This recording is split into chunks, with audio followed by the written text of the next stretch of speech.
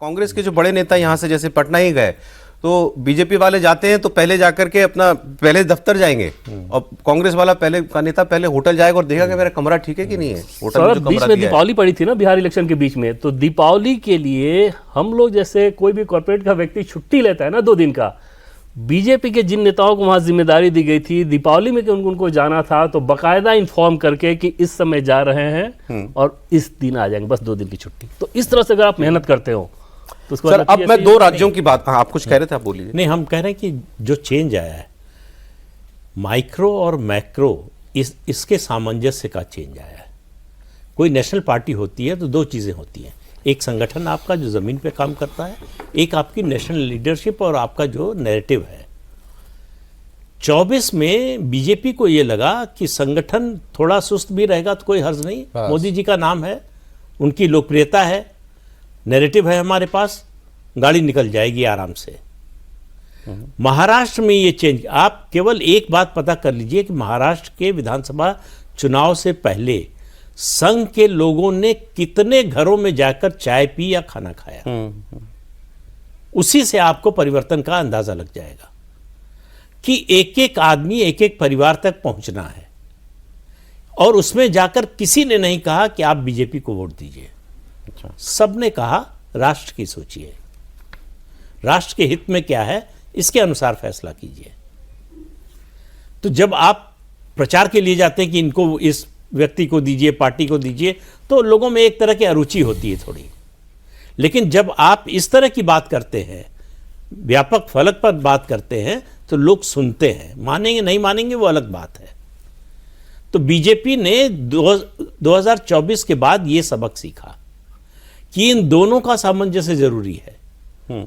मोदी जी की लोकप्रियता थी, है, और अभी जो लग रहा है आगे भी रहेगी। सर अब मैं इसको 2 इलेक्शन से आगे जोड़ना चाहता हूं। अभी 26 में इलेक्शन आएगा बिहार का, उसके बाद आएगा उत्तर प्रदेश का। पहले उत्तर प्रदेश की बात, 26 बंगाल और उसके बाद फिर उत्तर प्रदेश का। पहले यूपी की बात करें, मतलब इस इलेक्शन के बाद कुछ लोगों का ऐसा मानना है कि अखिलेश जी भी अलर्ट हुए होंगे, अखिलेश यादव को भी कुछ तो सबक इस इलेक्शन से मिला होगा। और कल आप नहीं थे, हम लोग बात कर रहे थे कि योगेंद्र यादव जी ने एक आर्टिकल में लिखा है कि जिन भाजपा समर्थकों को ये लगता है कि बिहार का इन नतीजों का यूपी या बंगाल से कोई कोरिलेशन है या ये ऐसी हवा उधर भी बहेगी, तो वो मुगालते में है, वो बिल्कुल ही अलग चुनाव है। आपका क्या मानना है? पहले योगेंद्र यादव मुगालते में, अच्छा, एक ही वो आपने शायद चर्चा भी की होगी, उस पर खबर भी छपी है। प्रधानमंत्री कोयम्बटूर में थे कल, उन्होंने कहा कि मैंने देखा कुछ किसान गमछा लहरा रहे थे, तो बिहार की हवा यहाँ तक पहुँच गई। तो स्टूडियो के बाहर जो हवा है वो दिल्ली तक पहुँचे उससे पहले खबर पहुँच जाती है। ये है सोशल मीडिया का असर।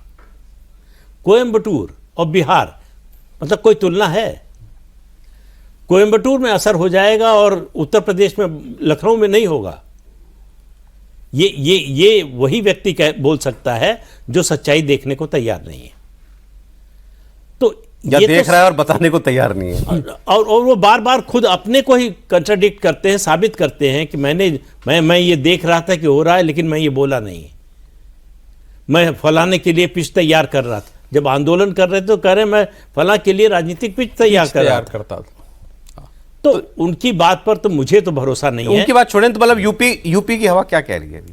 यूपी की हवा कह रही, अभी तक जो स्थिति है उसमें कोई शक नहीं लग रहा है कि बीजेपी की लगातार तीसरी बार सरकार बनेगी। अच्छा, और अखिलेश यादव को निश्चित चिंता होगी बिहार के चुनाव नतीजे की। आप जरा सा कल्पना कीजिए कि बिहार में एनडीए हार गया होता, तो क्या योगेंद्र यादव यही बात कहते?